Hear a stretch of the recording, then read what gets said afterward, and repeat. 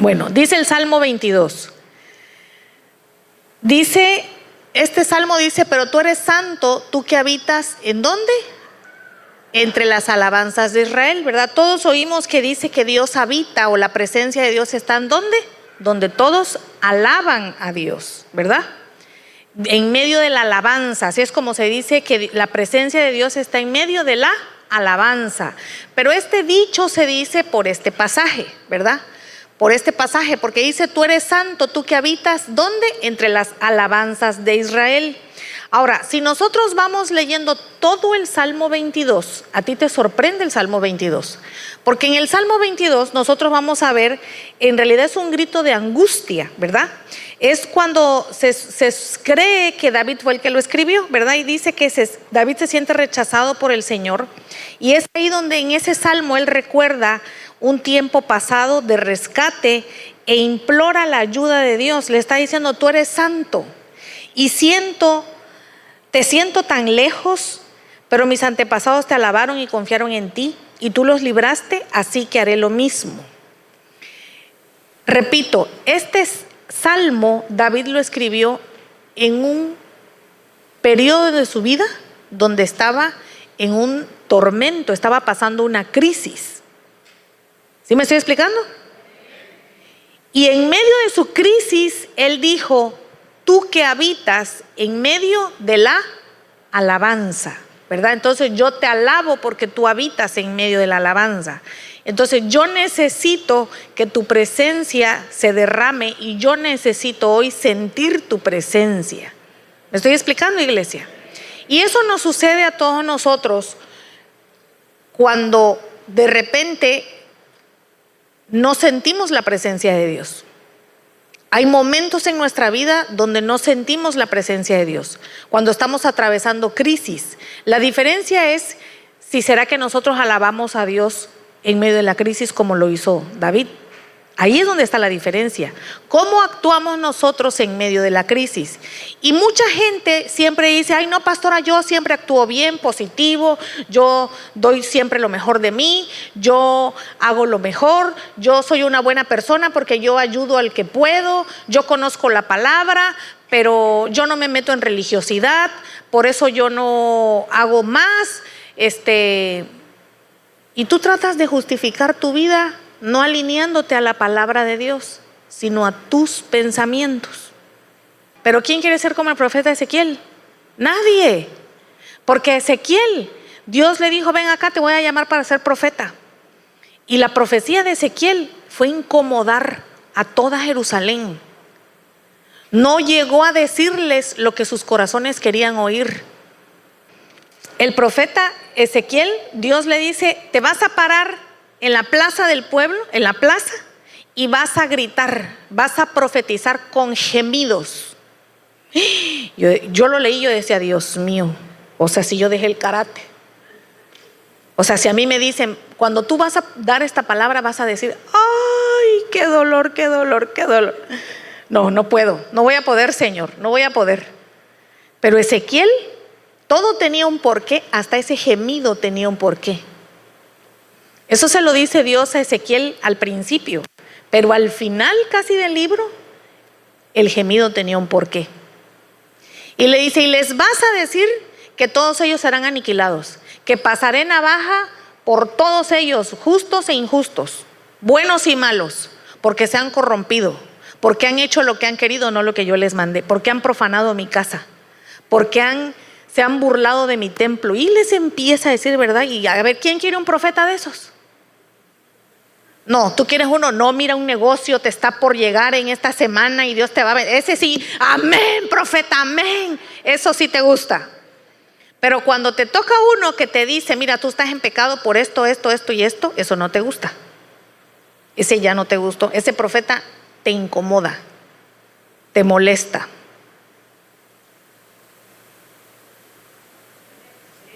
Ten cuidado, porque Dios manda.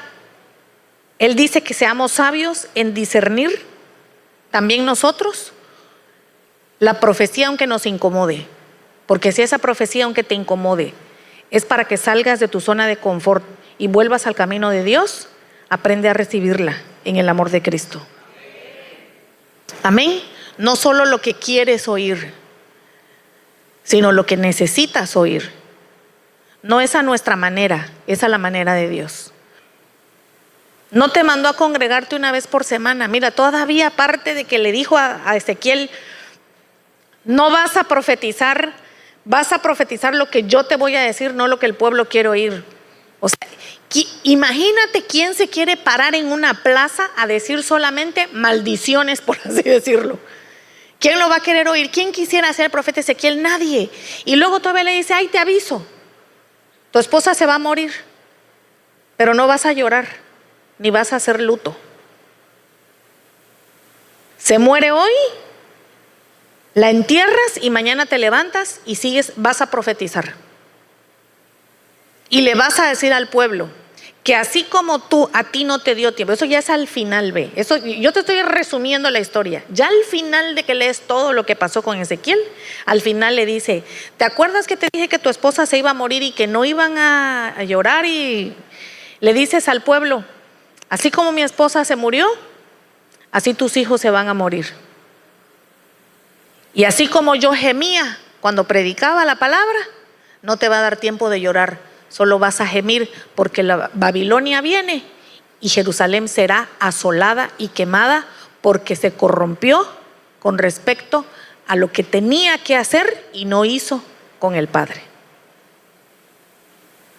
Y todos decimos, ay, qué dura la palabra. No, qué duro ser Ezequiel. ¿Quién quiere ser Ezequiel? Así que vuelvo a preguntar, ¿quién quiere ser profeta? A ver, ¿quién quiere ser profeta? Ahí hay uno.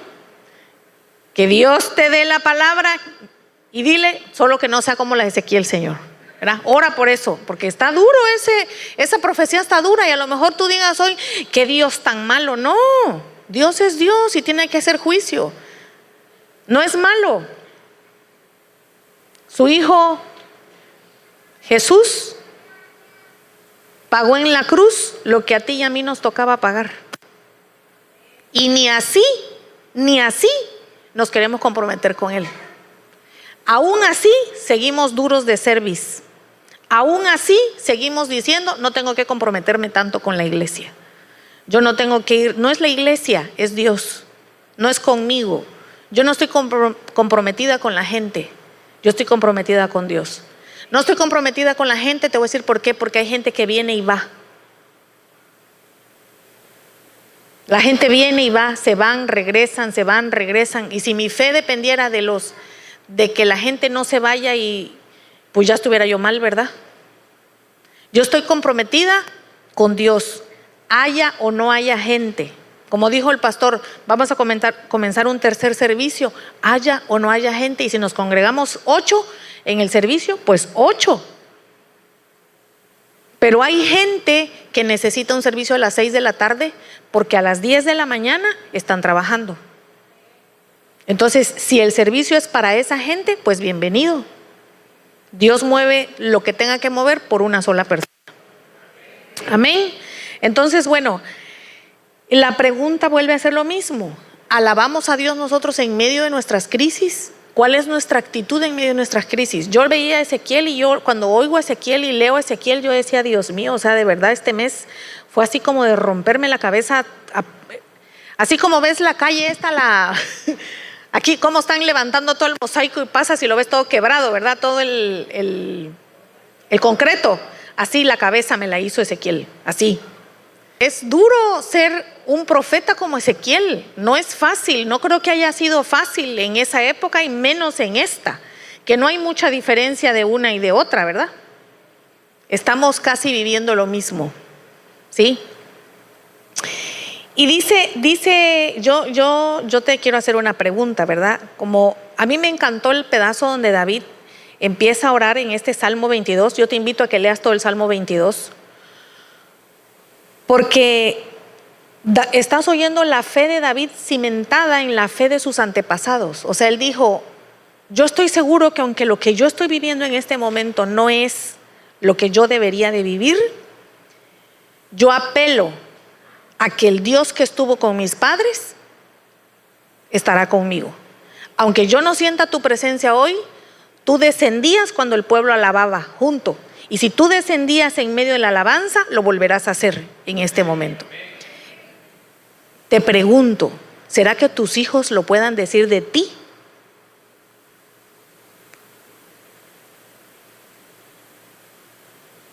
Otro silencio bonito, ¿viste? ¿Será que tus hijos lo puedan decir de ti? ¿Será que el día que tus hijos estén en medio de una crisis, ellos puedan decir, mi papá me enseñó que Dios desciende en plena crisis? Mi mamá me enseñó que Dios desciende aunque esté en plena crisis. ¿Será que lo puedan decir? ¿Ah, iglesia? Nosotros tenemos que esforzarnos porque nuestros hijos lo puedan decir. Tenemos que ser hombres y mujeres de carácter. No puedo enseñarle menos a mis hijos de lo que mi papá me enseñó a mí. Tengo que enseñarles más. Y la actitud cuenta. Porque puedes tener cáncer y estarte peleando con Dios, quejándote con todo el mundo y siendo un estorbo para las demás personas.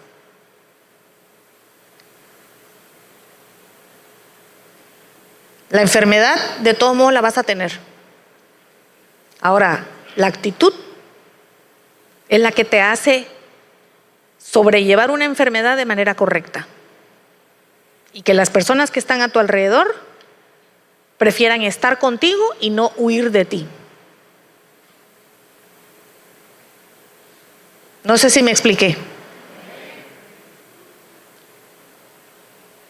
¿Verdad? Entonces, pero es normal de repente que en medio de las crisis tengamos dudas. No es anormal tener dudas, es normal tener dudas, es normal preguntarle a Dios qué pasó. Esa es parte de nuestra humanidad. Es normal preguntarle a Dios, dime qué tengo que aprender de esta situación. Eso es normal. Pero no es lo mismo decirle, dime qué tengo que aprender, que decirle, ¿por qué me pasó esto? A ver, espérate. Desde que tú reclamas es porque te crees merecedor de algo. Y dijo el Señor que el que esté libre de pecado, ¿verdad? Entonces yo creo que de pecado aquí no vemos ninguno libre. Todos somos culpables. Pero mira, en medio de la crisis hay que alabar a Dios. Te voy a enseñar a alguien. Mira, pasamos crisis en la identidad. A ver, cuando tenemos crisis de identidad, y yo quiero, hoy la prédica, yo te voy a invitar a que tú reflexiones dentro de tu corazón. Voy a mencionar 10 hoy, de cuáles de esas 10 tú estás pasando en estos días. Porque estas crisis las pasamos todo el tiempo, solo que en diferentes etapas. Pero te invito a que reflexiones, ¿verdad? Crisis de identidad. En el Éxodo 3:11, no voy a leerlos, bueno, ahí está. Entonces Moisés respondió a Dios, ¿quién soy yo para que vaya a Faraón y saque a Egipto de los hijos de Israel? No me pongan los versículos. Aquí vemos una crisis de identidad. Moisés dudó de quién era él mismo. ¿Quién soy yo? Dijo, para que vaya a Faraón. ¿Cuántas veces nosotros dudamos, pasamos por esa crisis? ¿Quién soy yo para hacer tal cosa? ¿Quién soy yo para esto? Yo no me lo merezco. ¿Cuántas veces tenemos un problema en nuestra identidad? ¿Nos sentimos hijos o no nos sentimos hijos? ¿Dudamos si somos hijos de Dios? ¿Dudamos si estamos en el camino correcto? Yo creo que esta crisis de identidad nos acontece en todo el tiempo, ¿verdad? Hasta uno como pastor, y te lo digo, como líder, de repente te sientas y te sientes y le dices a Dios, Señor, no permitas que todos los años que llevo de servicio me hagan acostumbrarme y a familiarizarme tanto a ti que yo me olvide de dónde me sacaste. No sé si me expliqué. Porque cuando llevas muchos años siendo bendecido por Dios, llega un momento en que a lo mejor puedas sentir que todo te lo mereces, porque ya estás acostumbrado a las bendiciones. No sé si me expliqué. Y es ahí donde uno tiene que sentarse y meditar y recordar que no todo te lo mereces, ¿verdad? Que no a todos lados, cuando eres hijo de Dios o te vuelves hijo de Dios, no te has dado cuenta que vas en tu carro y llegas al estacionamiento y hay un lugar para ti. ¿Ah? ¿Sí o no? Y no había estacionamiento, pero mira, Dios te da un lugar a ti, ¿verdad? Y luego de repente, cuando deja de haber lugar para ti, ponte a pensar por qué ya no hay lugar para ti. Porque ya te acostumbraste, ya te adaptaste. No nos acostumbremos a todas las bendiciones. Dale gloria a Dios que donde tú vayas se llena, ¿verdad? Y ahí como que Dios me puso un castiguito, como me dio una enseñadita, como por unos 3 o 4 meses, y hasta que luego otra vez ¡puc!, volvió a... Y ahora cuando voy a un lugar y se llena, digo, gracias Señor, nunca más volveré a decir eso. Porque uno tiene que aprender a no familiarizarte con la bendición, sino a estar agradecido con la bendición. Recordar y decir, Señor, gracias porque tú me bendices. Gracias, Señor, porque yo puedo llegar a un lugar y yo puedo ver que ese lugar se llene. Y es porque no es por mí, no es Gina la que lo llena, es porque soy portador de la presencia de Dios. No soy yo la que llena el lugar, es que tú eres un instrumento de Dios. Acuérdate siempre. Y los instrumentos de Dios se usan para lo correcto, ¿verdad? ¿Sí o no? Sí, entonces, si tú eres ese instrumento de Dios, déjate usar por Dios. No tengas dudas de quién eres en Cristo, pero no abuses de quién eres en Cristo. Luego vamos a ver otro, crisis en la escasez, ¿verdad? Crisis en la escasez. Deuteronomio nos habla de Israel, el pueblo de Israel, cómo actuó Israel en el desierto, quejoso. ¿Cómo actuamos nosotros cuando hay escasez en nuestras finanzas? Mira, decimos, ay no, pastora, yo no me inclino ante el Dios Mamón. Pero no tienes dinero y andas así, ¿ve? Y lo peor, diciendo a todo mundo, es que no tengo dinero, es que cuando yo tenga dinero, es que no tengo dinero. Oye, ¿qué te pasa?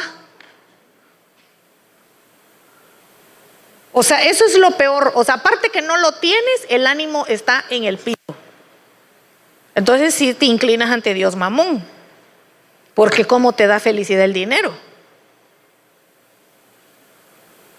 Tu gozo no proviene de lo que tengas. O sea, ok, no lo tengo, pero no tengo por qué sentirme triste. Es que debo no sé cuánto. Mira, si Dios te lo dio, Él tiene que encargarse. Señor, mira, yo sigo trabajando y tú ves que esa gente me pague.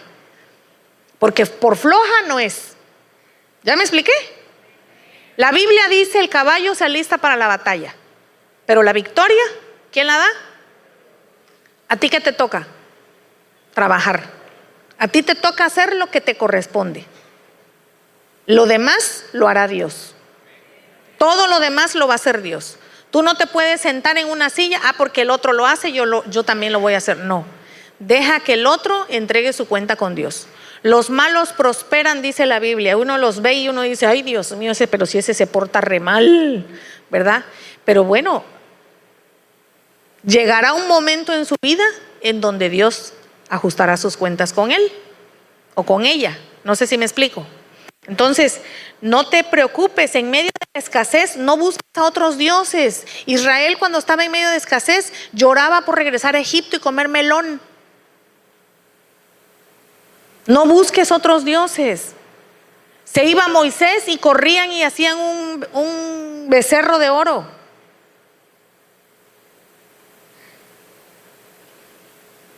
Se va tu líder y corres a leerte las cartas. Viene el profeta y como Manantial no trajo profeta y en la iglesia de enfrente trajeron profeta, corres a ver al otro profeta. Entonces lo que te gusta es la adivinación. Ten cuidado. Hay profetas de Baal y profetas de Dios. Ten cuidado donde te metes.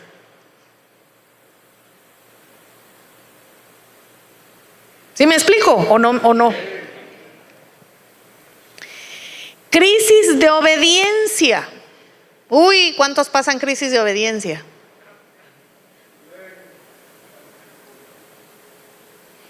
Génesis 22:2, Abraham con Isaac. ¿Cuántos somos obedientes cuando Dios nos dice, a ver, dame tu primogénito? Ponlo aquí en el altar.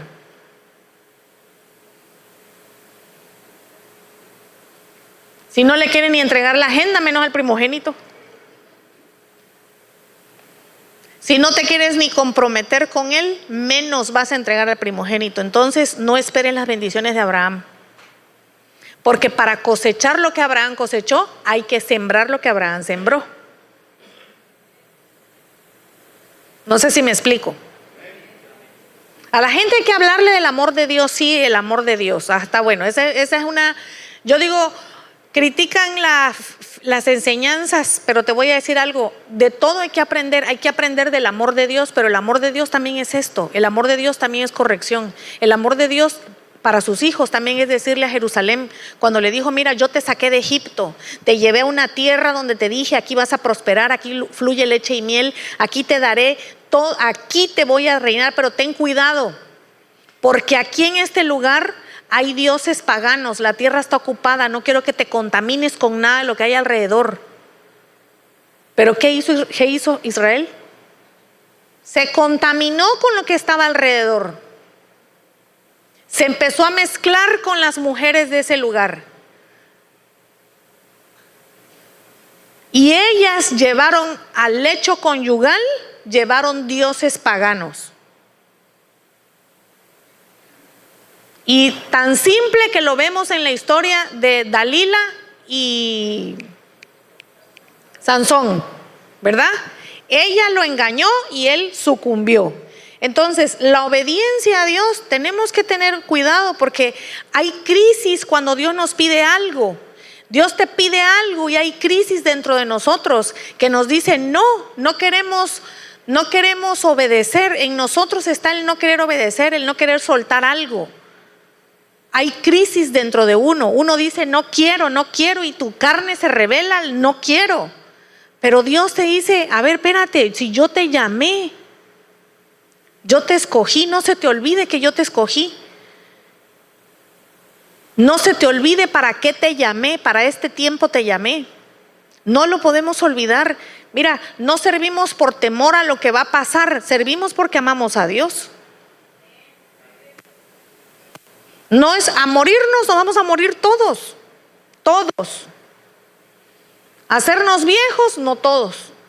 Porque algunos se mueren jóvenes, otros se mueren viejitos. Pero a morirnos todos vamos. Ahora, ¿cómo nos vamos a morir? Porque el cómo se importa. ¿Y a dónde vas a ir después de morirte? También importa. Porque el Señor dijo, no le tengas a la muerte primera, no le temas, témele a la muerte segunda. O sea, la muerte primera es la que experimentamos aquí en la tierra. A esa no le tengas miedo. Témele a la muerte segunda. Pero tú crees que tú vas a llegar después de la muerte primera y le vas a decir, a ver, espérame, déjame que yo te diga porque tengo partido de fútbol. No puedo atenderte, Señor. ¿Será que te va a decir, ajá, sí, pasa a la Nueva Jerusalén? ¿Será que te va a decir eso? ¿Dónde creemos, iglesia? No, mira, porque la reunión era por Zoom, era a las 10 y ya te pasaste.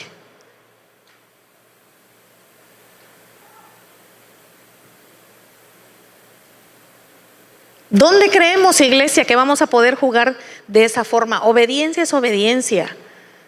Yo he visto a los deportistas, algo que tiene un deportista es disciplina. Y tiene mucha disciplina. Tiene que tener disciplina física y también una disciplina mental para saber controlar sus sentimientos y sus emociones ante una pérdida dentro de la cancha. Sus emociones también para poder controlarse contra el abucheo de la gente a veces. Y sus sentimientos y sus emociones frente a un jugador que no está jugando, sino que se vuelve agresivo. Los deportistas tienen mucha disciplina. Y yo no concibo en mi mente un deportista genuino. Esos deportistas verdaderos, cuando se convierten al Señor, no están a medias. Se convierten al Señor. Y así como lo dieron un día todo en una cancha, lo dan todo para el reino. ¿Cuántas veces tú no has tenido una crisis de obediencia en saber lo que tienes que hacer, pero no lo haces? Porque tu carne se rebela. porque dices no, es mi derecho y no. ¿Ah? Si otros lo hacen, ¿por qué yo no? ¿Verdad? Y tenemos esas crisis de obediencia en la vida. Crisis de obedecer, por ejemplo, de dejar de tener envidia por alguien, de estar juzgando a todo el mundo. No podemos ir por la vida juzgando a todo el mundo. Obedecer a Dios no es fácil. Es de lo más difícil que hay, pero sí se puede. Sí se puede. Hay que empezar a orar para poder ser obedientes. Hay que empezar a orar para amar a la gente también.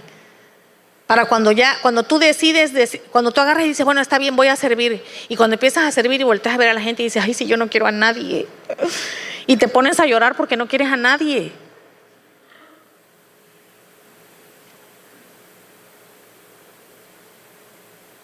Y vas con Dios y le dices, mira, Señor, o sea, yo estaba también en mi casita. ¿Y ahora qué necesidad de involucrarme con la gente?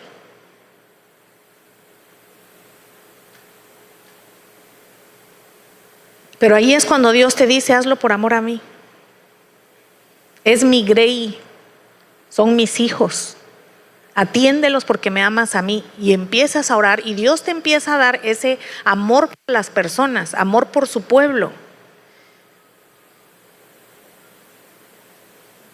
¿Sí me explico, iglesia? Ser obediente no es fácil.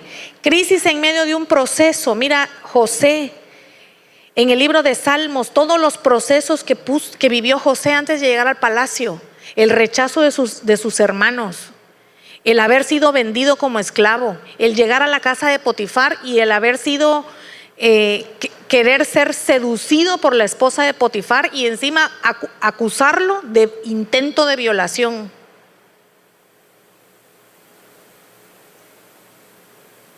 Pero José no dejó de creer en Dios. En medio de todo ese proceso de rechazo, de envidia, de dolor, de mentiras en su contra, José, y de encarcelamiento, José permaneció ¿cómo? Firme, creyendo en Cristo. Y cuando llegó el momento de él poder bendecir a todas aquellas personas que le hicieron todo lo que le habían hecho, ¿qué hizo? ¿Qué hizo? Los bendijo. Y es ahí donde se cumple cuando Dios dice, y te aderezaré las mesas delante de tus enemigos. Pero ¿sabes cuándo te las adereza? Cuando Él sabe que tú estás listo para pararte y a tus propios enemigos ofrecerles puesto en el banquete. Pero cuando Dios a ti no te ve listo porque tú quieres el banquete para decirles, miren, miren lo que no se pueden comer, no te va a dar nada.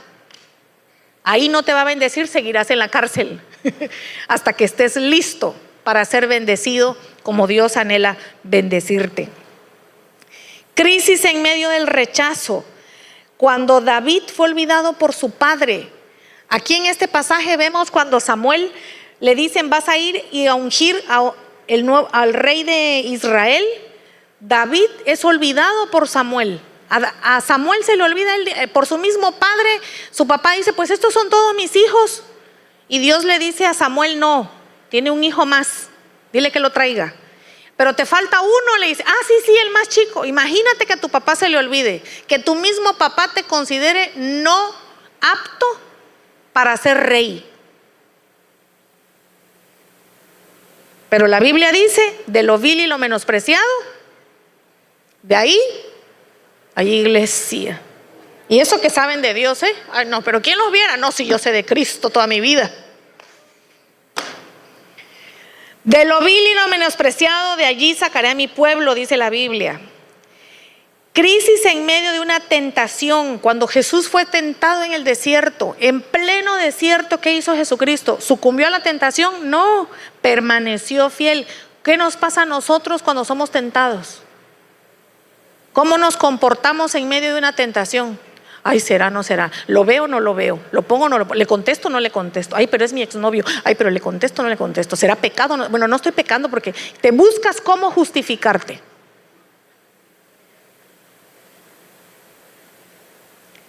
Mira, esta cubeta de pintura vale 3,000, pero te la voy a dar en 500, pero ahorita la pagas. ¿Será que lo pague? No, ¿será robado? No creo que sea robado porque estoy aquí en la tienda. No, robado no es. Si ya lo sabes, ¿para qué te haces?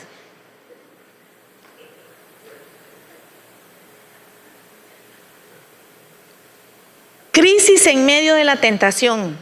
Y vas y lo compras. ¿Sabes algo? Nunca Dios te va a dejar ser el dueño de una tienda.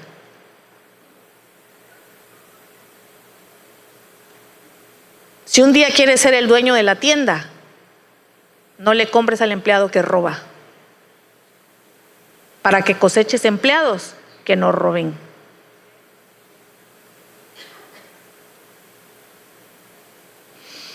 Crisis en medio de la espera. ¿Cuánto tiempo esperó David para ser rey? ¿Qué hacemos nosotros cuando estamos esperando un pago? Es que las compañías no pagan.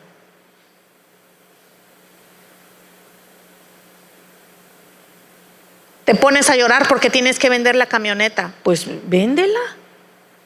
No se te va a caer el nombre. Yo recuerdo tener a alguien en la iglesia un día que llegó y me dijo: pastora, despidieron a mi esposo y mis hijos de escuela particular, los voy a pasar a escuela de gobierno, ¿verdad? Y Dios trató algo con ella en ese momento y no se le cayó el nombre, y yo te aseguro, yo pude ver una mujer fortalecida, no solo en la fe, sino fortalecida en su persona, en su identidad, en saber quién era ella, en camión, en carro y sin carro. Y luego volvió a tener carro y uno nuevecita de agencia, y luego volvió a perder la camioneta. Y bueno, y yo sé que Dios la va a levantar siempre, porque ha sido una mujer que ha permanecido en la fe, contra viento y marea, pero ha permanecido en la fe. ¿Sí me explico? Entonces, ¿cómo actuamos nosotros en medio de una espera? Crisis de fe. ¿Cuántos han tenido crisis de fe? Cuando Job le fue quitado todo, imagínate, se mueren sus hijos, se muere su esposa, se le va el dinero, todo lo pierde, se pone leproso. ¿Será que no vas a tener una crisis de fe? ¿Será que no vas a decir: Señor, explícame algo, ¿verdad? Dime algo. ¿Sí? Crisis de fe la tenemos todo, pero ¿cómo actuamos en medio de la crisis de fe? ¿Sabes cómo actuó Job? Su esposa le decía: maldice a tu Dios, y él dijo: no lo voy a maldecir, en él esperaré. Y esperó, y cuando Dios vuelve a tomar a Job, ¿qué pasó con Job? Todo lo que había perdido se le multiplicó 7 veces más. Crisis de propósito. A ver, ¿quiénes han vivido o pasan una crisis de propósito, de saber que no sabes cuál es tu propósito? ¿O por qué te está sucediendo lo que te está sucediendo? Bueno, Salomón la tuvo. Salomón llegó un momento en que, si ustedes se recuerdan, cuando Dios le dijo a Salomón: pídeme algo, y él le dijo: dame sabiduría, ¿verdad? Pero llegó un momento en que Salomón fue el que hizo el templo más lindo que pudo haber existido. Y llega un momento en la vida de Salomón, cuando Salomón se sienta y dice: ¿y esto es todo en la vida? ¿Verdad? Cuando Salomón no sabía si su propósito era hacer riquezas, pero no entendía por qué había un vacío dentro de su corazón, que no era llenado con nada. Porque aún con toda la sabiduría divina, si Dios no está, van a haber vacíos en el corazón de una persona. Entonces, en medio de una crisis, cuando uno no sabe cuál es su propósito, ¿cómo actúa uno? ¿Cuál es tu actuar? Mira, a mí todos me preguntan: pastora, ¿usted cómo le hace? Yo no lo sé, yo no lo hago, yo solo vivo en mi día a día. Porque si yo me pongo a pensar, te voy a decir algo: para empezar, soy hiperactiva. Y como hiperactivos, uno tiene manías, ¿sí? Y una de las manías de uno es la ansiedad, es el temor al futuro. Bueno, lo voy a aclarar porque el otro día alguien me lo preguntaba y no lo entendía. La ansiedad es el temor al futuro. La depresión es un pasado no resuelto. ¿Estamos? Y las personas hiperactivas tendemos a tener ansiedad, por eso somos ansiosas, siempre tenemos que estar haciendo algo, por eso fumaba yo en exceso o haces cosas porque tienes ansiedad, y no es porque tengas temor al futuro, sino porque lo que hiciste ya ¿qué sigue? ¿Y qué sigue? Y tú vas con el ¿qué sigue? ¿Y qué sigue? Y, ¿verdad? Tienes ahí como que 20 ratones dando vuelta aquí en la cabeza todo el día. Entonces, eso es parte de uno, pero el sentarse de repente y decir: Señor, ¿cuál es el propósito que en verdad tengo yo en mi vida? A ver, dime, explícame cómo debo de actuar yo mientras espero mi propósito. Yo no puedo estar pensando ¿y qué sigue? ¿Y qué sigue? ¿Y qué sigue? ¿Y qué sigue? O sea, dame paz en medio de todo lo que hay que hacer. Ayúdame a disfrutar también lo que uno está haciendo. No sé si me explico, iglesia. ¿Sí? Y por último, la crisis de aislamiento. ¿Cómo actúas cuando te sientes aislado de los demás y cuando hay esos momentos de soledad? Como por ejemplo Jesús. Cuando Jesús llegó a la cruz, ¿cómo llegó? ¿Cómo llegó? Solo. Jesús siempre estuvo rodeado de mucha gente, 5,000, 3,000, mucha gente, sus discípulos lo seguían, se amontonaba. Pero cuando caminó hacia la cruz, caminó solo, porque ni Simón de Cirene quería ir con él. O sea, a él lo agarraron y le dijeron: dale, ayúdalo a cargar la cruz. Pero no, él no alzó la mano para cargar la cruz. Él estaba junto al camino. No sé si estamos por aquí todos juntos. ¿Sí? Él llegó solo a la cruz. ¿Y cómo actuamos nosotros cuando nos sentimos aislados y abandonados? Cuando sentimos que Dios no nos escucha. Te voy a dar un claro ejemplo, o un ejemplo en el que todos pasamos. ¿Cómo actuaste en plena pandemia? Tu actuar en la pandemia es una alerta de quién eres tú. Ahí salieron tus miedos, tus depresiones, tus ansiedades, tu verdadera o falsa fe. O ahí te debiste haber dado cuenta que a tu fe le falta más.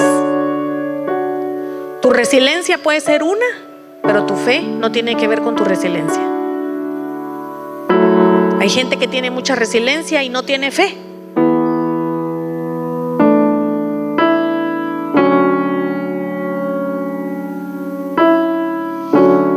Pero ¿cómo actuaste en la pandemia? ¿Entraste en crisis? Y no te lo estoy diciendo para juzgarte. Te lo digo para que reflexiones y le pidas a Dios que te ayude en medio de este proceso. Porque si en la pandemia actuaste así, imagínate si a nosotros nos llega a agarrar el fin del mundo. No el fin de tu vida, el fin del mundo. Si el meteorito cayera hoy, o las pandemias, ¿cómo se les llama lo que sigue después de una pandemia? No, Pangea es tierra. Endemia. Si llegáramos a un estado de endemias, ¿cómo actuarías? ¿Con tu vecino? Porque muchas veces quizás no le quisiste pasar un garrafón de agua porque te iba a infectar. Y se vale cuidarse.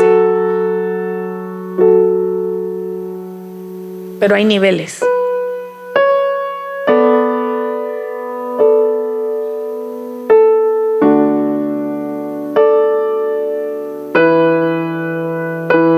¿Dónde está nuestra fe en medio de una crisis? La pandemia nos debió de haber enseñado mucho a todos de nuestro propio yo, de nuestros propios miedos, de qué tan aferrado estoy a la vida, más a mi propia vida que a las personas. Hubieron personas que en su propia casa encerraron a su familiar para no contagiarse, por el miedo, por el temor. Y si actuaste mal durante la pandemia, bueno, el temor te obligó y te orilló, la falta de información, el exceso el mal uso de la información que teníamos también, el temor de ese momento, todo se movió. Pero yo te voy a decir algo. No, yo espero que no necesites una segunda pandemia para actuar de otra forma.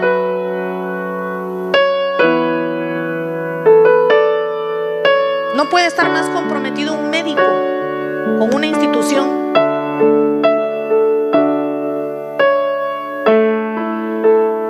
El médico no gana lo suficiente en una institución, vamos a ser honestos. El médico gana más dando consultas privadas, particulares, que en el seguro social o en el hospital general. Pero va a la clínica.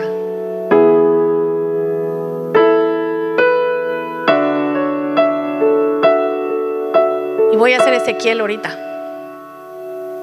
Y tú no te puedes comprometer con servir a Dios.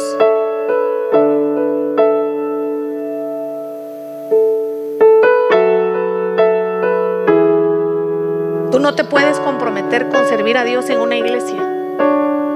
Entonces tiene un médico, aunque no tenga fe, tiene más convicción y compromiso que tú y que yo.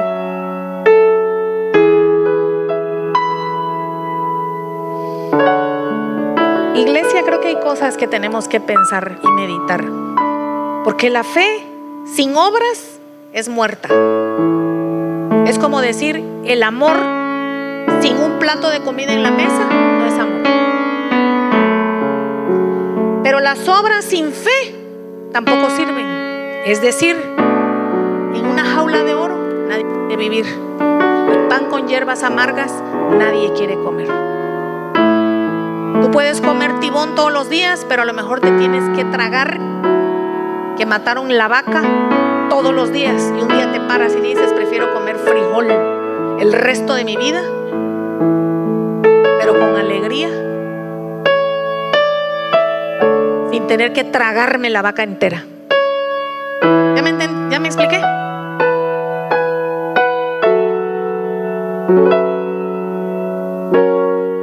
Así es la fe. La fe sin obras es muerta. Y las obras sin fe también son muertas.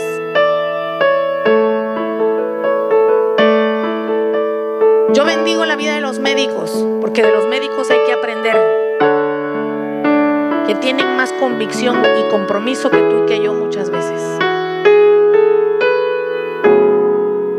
Para cuidar a un enfermo, para dar su vida y exponer su vida y olvidarse de su familia en plena crisis de pandemia. Para tratar a un paciente aún con pandemia,